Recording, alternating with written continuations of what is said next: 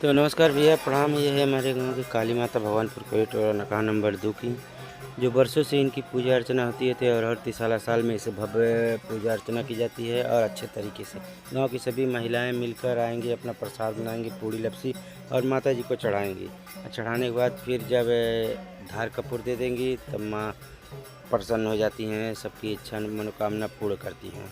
और उसी तरीके से भैया यहाँ ये नाच मंगाया जाता है, जिसका नाम है, इसका नाच का नाम है चमरहुआ नाच। अभी हम नहीं जानते भैया इसका किस तरह इसको रखा गया चमरहुआ नाच, ये हम नहीं बता पाएंगे, इतनी जानकारी नहीं है। लेकिन हाँ ये है कि ये जब भी होता है भैया इसी तरीके से होता है। जब हम छोटे थे 20-30 साल पहले तब भी यही, आज भी इसी पर।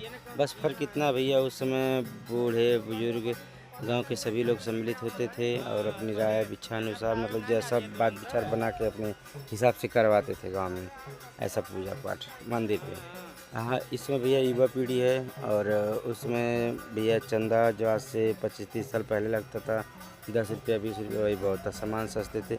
लेकिन इस समय भैया चंदा थोड़ा बढ़ के लगता है, मान के चलिए 500 रुपया पर घर लगता है।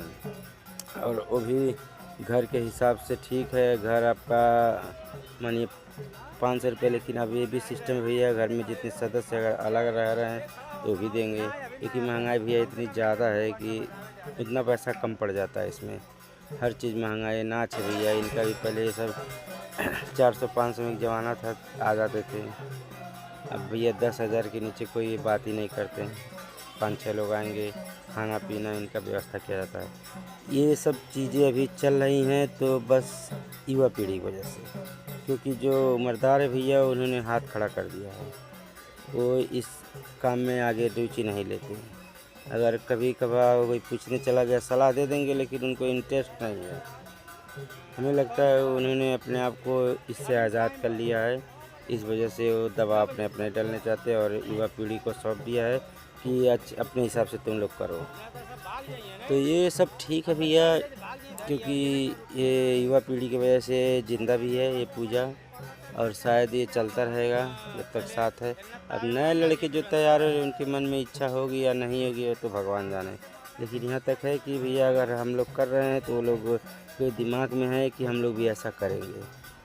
तो ये चीज़ ठीक है और अच्छा भी है। ऐसा हर गांव देहात में आपको जहाँ भी माँ काली का मंदिर होगा ऐसा नज़ारा देखने को अक्सर मिल जाएगा साल में एक बार। लेकिन शहर में ऐसा सिस्टम नहीं होता। शहर में मंदिरें होते हैं और मंदिर होते हैं तो वहाँ पूजा सुबह सिर्फ उनका एक टाइमिंग है कि करके फिर चले जाएंगे, लेकिन ऐसा सिस्टम वहाँ नहीं होगा, क्योंकि पढ़े लिखे और ना पढ़े लिखे में बहुत अंतर होता है। पढ़े लिखे लोग नास्तिक होते जा रहे हैं ज़्यादा।